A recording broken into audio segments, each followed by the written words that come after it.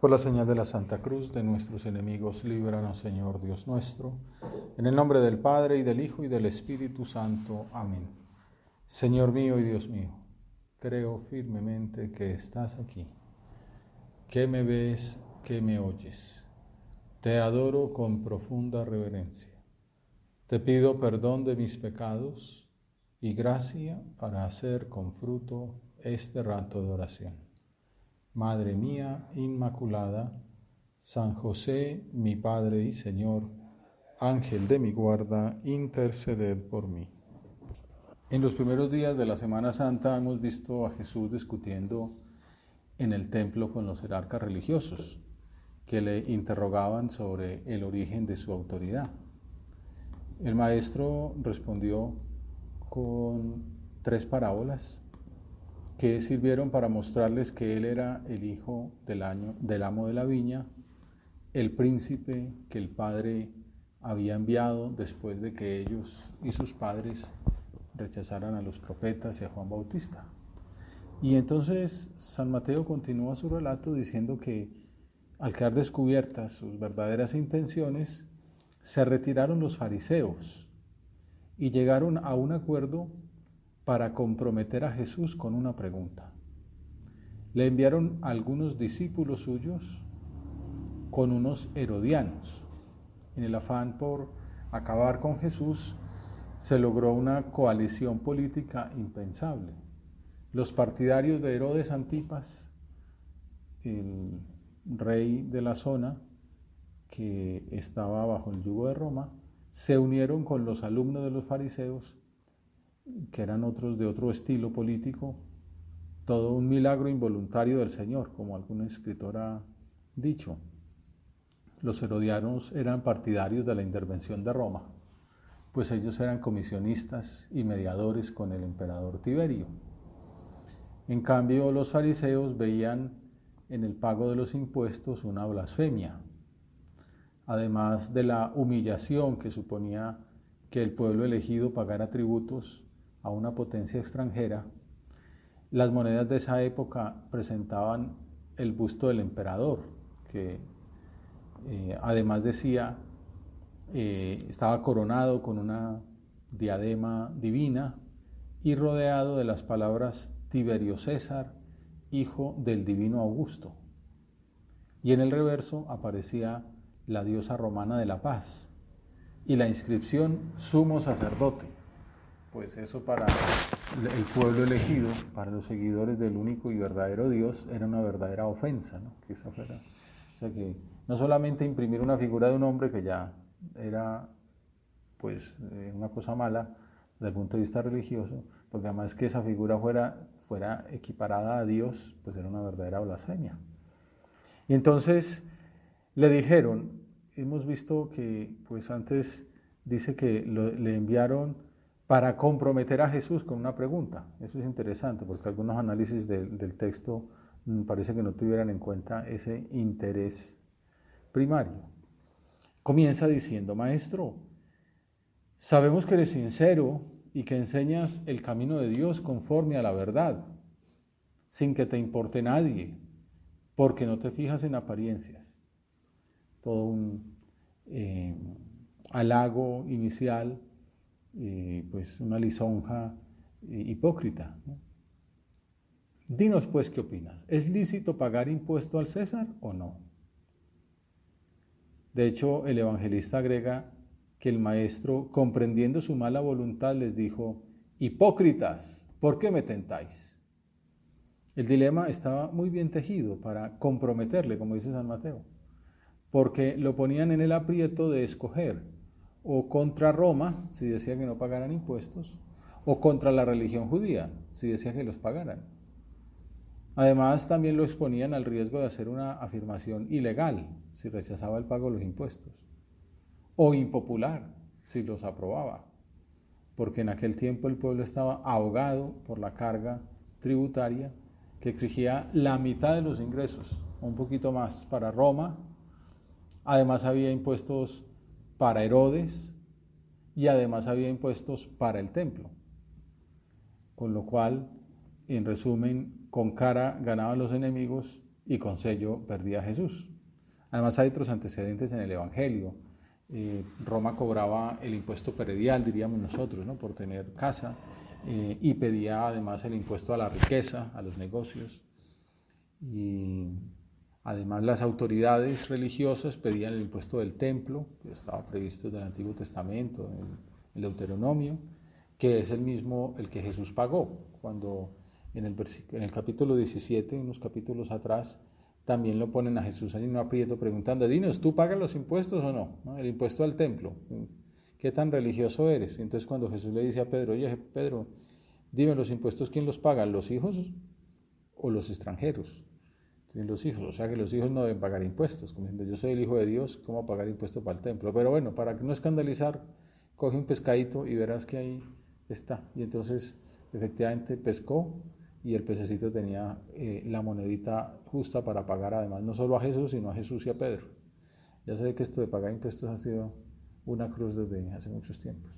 Este pescadito todavía se encuentra ahora ahí en el lago de Genesaret. Parece que por la época del apareamiento y eso, tiene la tendencia a coger piedritas y ponérselas en la lengua. Y entonces, pues, esta vez se equivocó de piedrita y cogió una moneda. Pero bueno, incluso hay quien entiende que esto también era una manera de tratar Jesús la licitud de los impuestos, al responder que no eran hijos y partidarios, sino súbditos extranjeros. En ese sentido, podría ser que no se entendiera mal pagar impuestos a Roma, porque si los pagabas estabas diciendo: nosotros somos distintos a ustedes. Pero bueno, el caso es que es un tema que se trata en el Nuevo Testamento y en el Evangelio con cierta frecuencia. Y la cosa es: ¿cuál es la respuesta? ¿Cómo va a responder Jesús a una pregunta tan difícil? ¿Pagamos o no pagamos? Si dices que pagamos, estás haciéndote imperialista, estás haciéndote impopular, estás yendo contra el pueblo hebreo. Si dices que no paguemos, estás haciendo, pues, cometiendo un delito y con derecho a ir a la cárcel, y bueno, y de que César te acribille. Porque en esto Roma era muy delicada, ¿no? Cuidaba mucho que el tema tributario se viviera a rajatabla. Entonces la respuesta de Jesús es uno de los apotegmas más famosos de la historia, porque entonces lo que dice es: enseñadme la moneda del impuesto. Y le presentaron un denario. Como en otras ocasiones hemos hablado, el denario era una moneda de casi 4 gramos de plata, 3.8, que llevaba inscrita, como hemos dicho, la imagen del emperador, y que se utilizaba para pagar una jornada de trabajo. O sea, a precios de hoy sería una moneda de 25,000 pesos más o menos. Él les preguntó: ¿de quién son esta imagen y esta inscripción? Le respondieron: del César. Entonces les replicó: pues dad al César lo que es del César, y a Dios lo que es de Dios. Palabras que no son una simple muestra de capacidad dialéctica, sino que indican todo un programa para la vida cristiana y su inserción en el mundo, para la relación entre la religión y la política, que suponen una verdadera revolución. Hasta entonces existía la tendencia, bueno, hasta entonces y después también, la tendencia a mezclar ambas esferas, tanto desde la orilla del poder estatal, lo que después se llamaría cesarismo. No deja de haber gobernantes que quieren dirigir, tener poder no solamente en el área civil, sino también en la religiosa. Por eso digo que incluso hoy. Pero también desde el mundo religioso hay quien ha querido convertir, como dicen por ahí, el altar en un trono, lo que se llama el clericalismo. San José María es uno de esos puntos claves de su predicación, como las consecuencias del carisma que recibió la santificación de la vida ordinaria. Entonces escribe en su carta 29 lo siguiente: Cristo distinguió los campos de jurisdicción de dos autoridades. Fijó la autonomía de la Iglesia de Dios y la legítima autonomía de que goza la sociedad civil para su régimen y su estructuración técnica. Jesucristo señala con este aforismo, podemos decir, una doble libertad. Esto es muy, muy interesante, ¿no? También en el fondo está hablando de esa libertad que es tan importante para la vida cristiana. La libertad del poder político, que puede obrar sin interferencias de las autoridades religiosas en su área propia, y también la libertad para el ejercicio de la vida religiosa sin intromisiones del gobierno civil en lo que no les corresponde. De esto el cardenal Ratzinger y después Benedicto XVI ha escrito cosas muy buenas. Por ejemplo, en ese libro de Iglesia, Ecumenismo y Política, él habla de un dualismo. Tengo un amigo que no le gusta esa palabra, pero Ratzinger la utiliza. Y dice que con dar al César lo que es del César y a Dios lo que es de Dios, Jesús hace un dualismo. Separa el poder imperial del poder divino y creó el espacio de la libertad de la conciencia, en cuyas fronteras se detiene todo poder, aunque fuera el poder del dios emperador romano, que hemos visto que el emperador se consideraba un dios, y ese poder queda limitado, queda de este modo reducido a un no dios emperador, sino hombre emperador. Estas palabras, concluye Ratzinger, establecen los límites de cualquier poder humano y terreno, y se anuncia la libertad de las personas, que trasciende a todos los sistemas políticos. Y va más allá y dice, por haber asignado estos límites al poder, fue crucificado Jesús. Más adelante dirá, Jesús no es un líder religioso, Jesús es un mártir, ¿no? Un mártir de estas ideas. Porque claro, ataca tanto el poder religioso que quería gobernar incluso humanamente, como el poder humano que quería gobernar religiosamente. O sea, ataca el totalitarismo. Y de hecho lo que está defendiendo es la libertad de la religión, la libertad del poder, la libertad del ciudadano, como veremos ahora como consecuencias para nuestra vida. Jesús está recordando que las personas religiosas son también ciudadanas, con derechos y con deberes. Merecen que sus prácticas piadosas sean respetadas, obviamente siempre que no atenten contra el bien común. Pero también los practicantes tienen la obligación de dar ejemplo en el cuidado de la casa común, en el cumplimiento de los deberes cívicos, en la preocupación solidaria y fraterna por los más necesitados. Como dice San José María en Amigos de Dios. Ya veis que el dilema es antiguo. Como clara e inequívoca es la respuesta del Maestro. No existe una contraposición entre el servicio a Dios y el servicio a los hombres, entre el ejercicio de nuestros deberes y derechos cívicos y los religiosos, entre el empeño por construir y mejorar la ciudad temporal y el convencimiento de que pasamos por este mundo como camino que nos lleva a la patria celeste.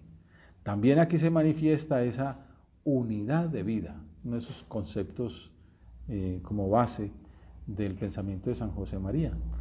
Unidad de vida, que no me cansaré de repetirlo, es una condición esencial para los que intentan santificarse en medio de las circunstancias ordinarias de su trabajo, de sus relaciones familiares y sociales. Coherencia. El cristiano tiene que ser ejemplar en el cumplimiento de sus deberes ciudadanos. Paga los impuestos, vive el pico y placa, la restricción, la pandemia, pues que si el gobierno manda salir, no salir, pues es el primero que obedece. Y esto los primeros cristianos lo vivieron a fondo desde el comienzo, este consejo, incluso cuando las autoridades lo perseguían.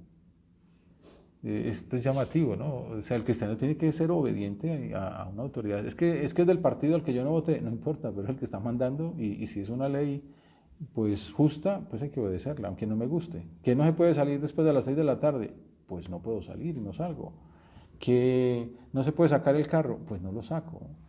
Y pues hombre, ya habrá que hacer pues también todo lo que haya que hacer desde el punto de vista político. Pero ¿qué decía San Pablo a los romanos?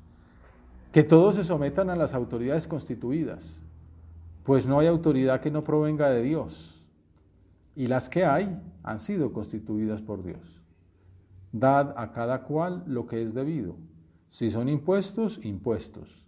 Si tributos, tributos. Si temor, temor. Si respeto, respeto. Como también obviamente puede haber una ocasión en que la autoridad mande algo que no es justo. Pues la ley del divorcio, la ley del aborto. Si hubiera una ley que dijera que uno le puede quitar la plata al vecino, si una ley que dijera que uno podía matar al anciano, pues eso ya no es una ley, ¿no? Porque no es justo. Entonces pierde toda todo derecho, ¿no? Pero mientras sea una ley justa, pues uno tiene que obedecer. Las normas objetivas para una acción justa de gobierno, decía Benedicto XVI, son accesibles a la razón. Él también insistía mucho en esto, en que la religión no se tiene que meter en cosas políticas, no tiene que determinar el gobierno, las normas, porque la justicia es accesible a la razón, no hace falta revelación para ver lo que es justo. Bueno, luego lo que pasó fue que precisamente en el desarrollo de la historia, los hombres fueron tan cabeciduros que terminaron yendo contra la ley natural, dijéramos. Entonces Dios esa ley natural la elevó a rango de ley positiva al proclamarla en los 10 mandamientos. Pero lo que Benedicto dice es que las normas objetivas para actuar justamente son accesibles a la razón. No hace falta el contenido de la revelación para saber que no se puede robar, que no se puede matar, que no se puede quitar pues, la mujer del prójimo. En este sentido, el papel de la religión en el debate político no es tanto proporcionar normas de gobierno, como si no pudieran conocerlas los no creyentes. Menos aún proponer soluciones políticas concretas, algo que está totalmente fuera de la competencia de la religión. Su papel consiste más bien en ayudar a purificar e iluminar la aplicación de la razón al descubrimiento de principios morales objetivos. Ayudar, ¿no? A aclarar, pero no ser como los que van por delante. Esa es una misión de los laicos, una misión de los cristianos ciudadanos, ¿no? En diálogo con sus compañeros, con sus hermanos no creyentes. Ciudadanos, personas que viven la secularidad, el estar en medio del siglo, en medio del mundo, que forma parte de su vocación, que aman esa profesión que tienen y ese compromiso que conlleva. Y por eso no tienen que pedirle permiso al cura para tomar una decisión. Habrá alguna vez que pidan una opinión porque pues en un tema moral hay alguna duda, pero son los que van por delante. De hecho, entre los moralistas, cuando uno estudia temas de moral, pues en bioética, en biojurídica, uno de los criterios que se tienen es, tampoco es que el moralista se las sepa todas, ¿no? Entonces, ¿qué hace el teólogo moral cuando va a estudiar un tema de esto? Es lo primero, preguntarle a un cristiano laico, pues que se llama a pensar algo de ginecología, pues hay que preguntarle a un ginecólogo católico, ¿usted cómo resuelve esto? ¿Cómo lo ha trabajado? Ese es el que lleva la delantera. Y dice, pues yo lo he pensado así. Él probablemente al tomar sus protocolos, quizá ha pedido ayuda también al moralista, pues para no meter la pata, pero van de la mano. Pero el moralista también, ¿usted cómo lo ha resuelto? Me acuerdo del mismo Ratzinger cuando estuvo en la Universidad de Navarra, que le dieron el doctorado honoris causa, sacó toda una mañana y se extendió inclusive en la clínica para hablar de estos temas. Yo necesito hablar qué hacen ustedes los ginecólogos, qué hacen los urólogos, cómo resuelven estos temas de bioética que son tan difíciles. Ustedes que tienen una inspiración cristiana o una inspiración católica, ¿por dónde lo han resuelto? Necesito que ustedes me iluminen. Ustedes que están en la práctica profesional, en la práctica civil, en la práctica política. Luego yo también, desde mi perspectiva teológica, en ese diálogo interdisciplinario puedo dar pistas.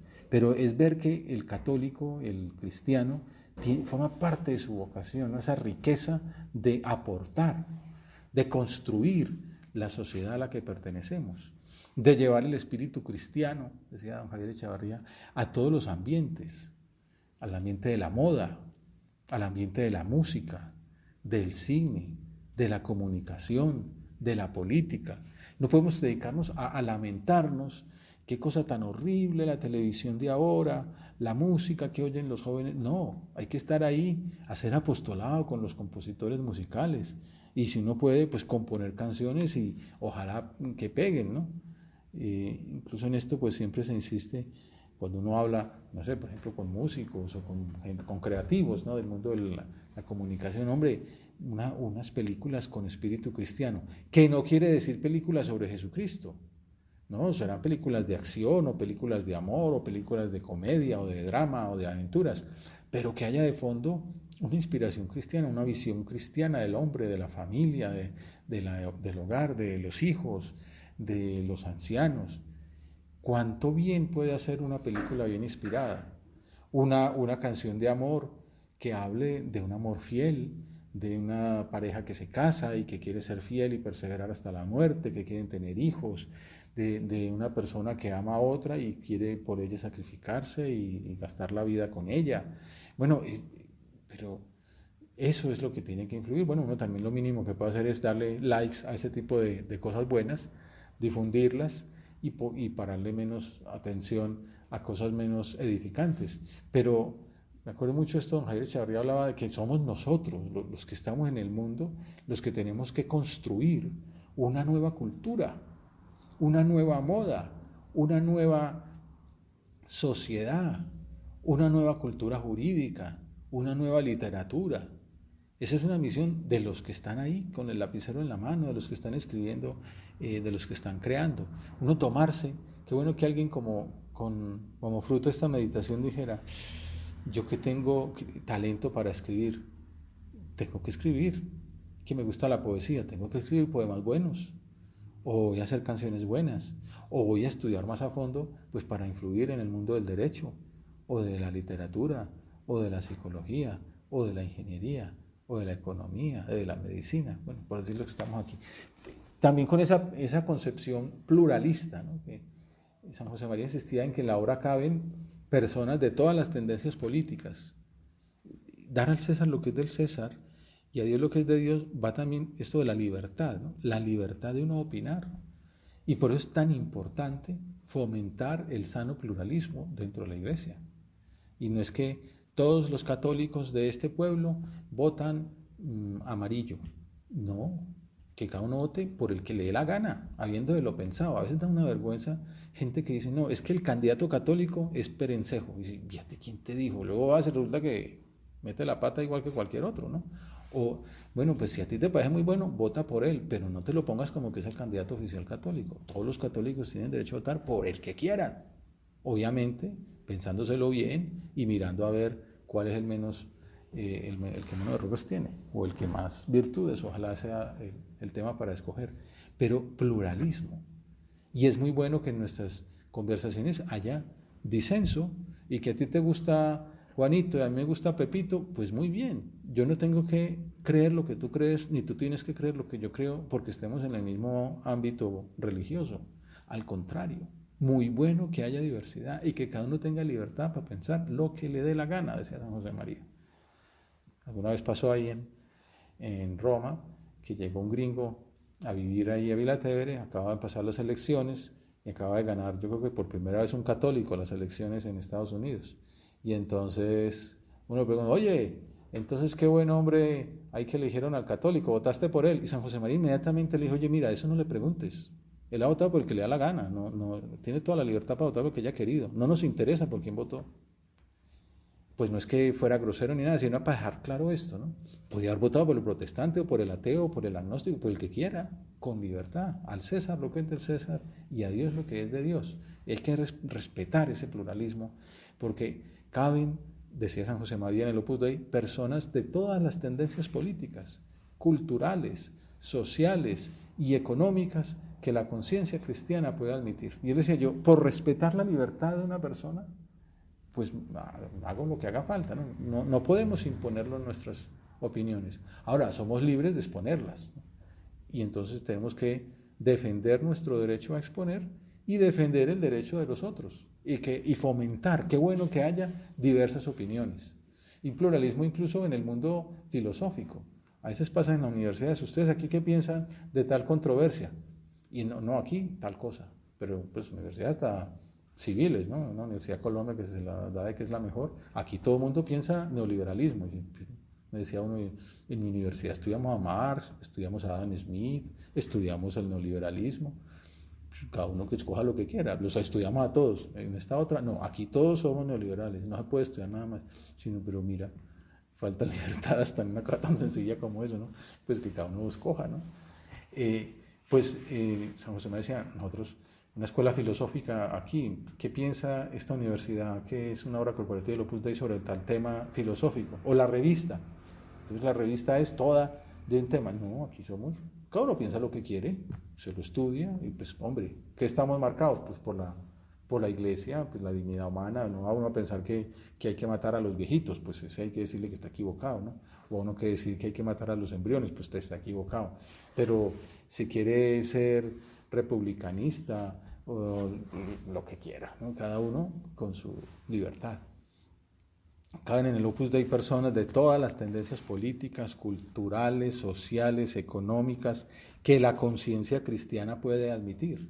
Ese pluralismo no es para la obra un problema, por el contrario, es una manifestación de buen espíritu que pone patente la legítima libertad de cada uno.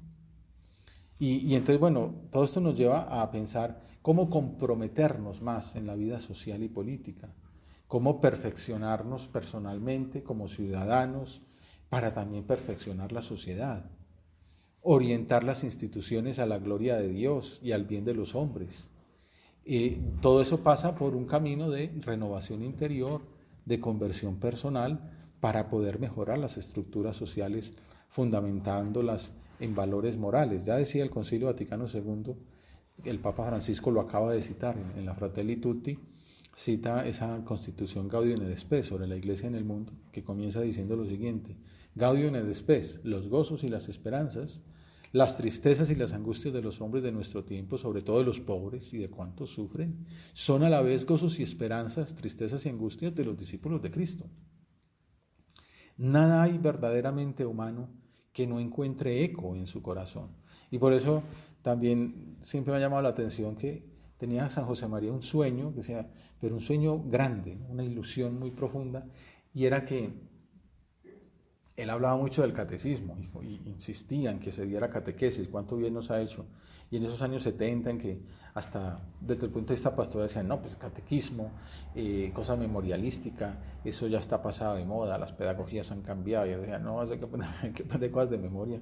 Y a mí me ha tocado que cosas que me aprendí chiquito de memoria, después cuando uno va a hablar de un tema, claro, sí, Jesucristo es Dios y hombre porque tomó en las purísimas entrañas de la Santísima Virgen María un cuerpo como el nuestro y un alma como la nuestra. Claro, sí, tenía cuerpo como el nuestro, alma como la nuestra. Bueno, pues él decía, qué bueno que así como se aprende uno las verdades de fe, uno y trino, Dios, Padre, Hijo, Espíritu Santo, tres personas distintas, un solo Dios verdadero, cosas de esas que es importante sabérselas. Qué bueno que en el catecismo y la doctrina cristiana para los niños se enseñará claramente cuáles son estos puntos firmes en los que no se puede ceder al actuar de un modo o de otro en la vida pública, y que se afirmará al mismo tiempo el deber de actuar, de no abstenerse, de prestar la propia colaboración para servir con lealtad y con libertad personal al bien común. Este es un gran deseo mío, porque así veo que los católicos aprenderían estas verdades desde niños y sabrían practicarlas luego cuando fueran adultos. Enseñar que hay que votar, que hay que pagar impuestos, que hay que obedecer a las autoridades, que hay que construir una sociedad. Digamos que ese deseo está bastante acogido ya con el catecismo de la Iglesia, el compendio del catecismo de la doctrina social de la Iglesia, y bueno, y publicaciones que han ido saliendo en esta línea, como pues para que todos tengamos claro que forma parte de nuestra vocación cristiana ser muy buenos ciudadanos. Pero dar a Dios lo que es de Dios involucra otras consecuencias mucho más comprometedoras, no solamente al César lo que es del César, también la moneda pues tiene la imagen del César, pero nosotros estamos hechos a imagen de Dios. Cuando habla de esa imagen, está recordando aquel capítulo 1, versículo 26 del Génesis.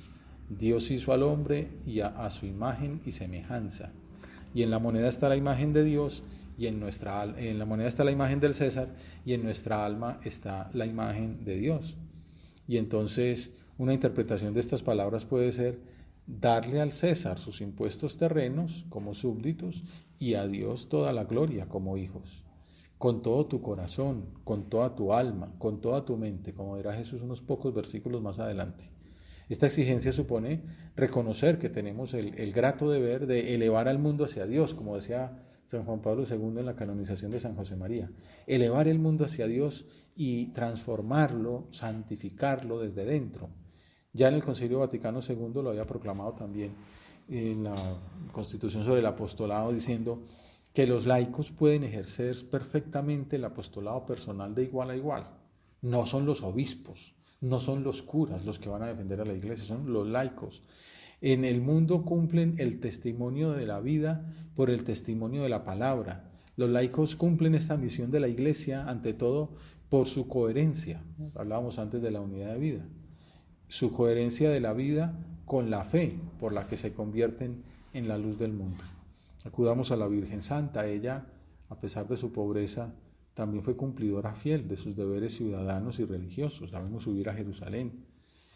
Pidámosle que nos alcance del Señor esa gracia para tomarnos en serio los compromisos ciudadanos que conlleva nuestra vocación cristiana, que nos ilusionemos en transformar el mundo, iluminarlo hasta transformarlo con las riquezas del ejemplo de Jesús.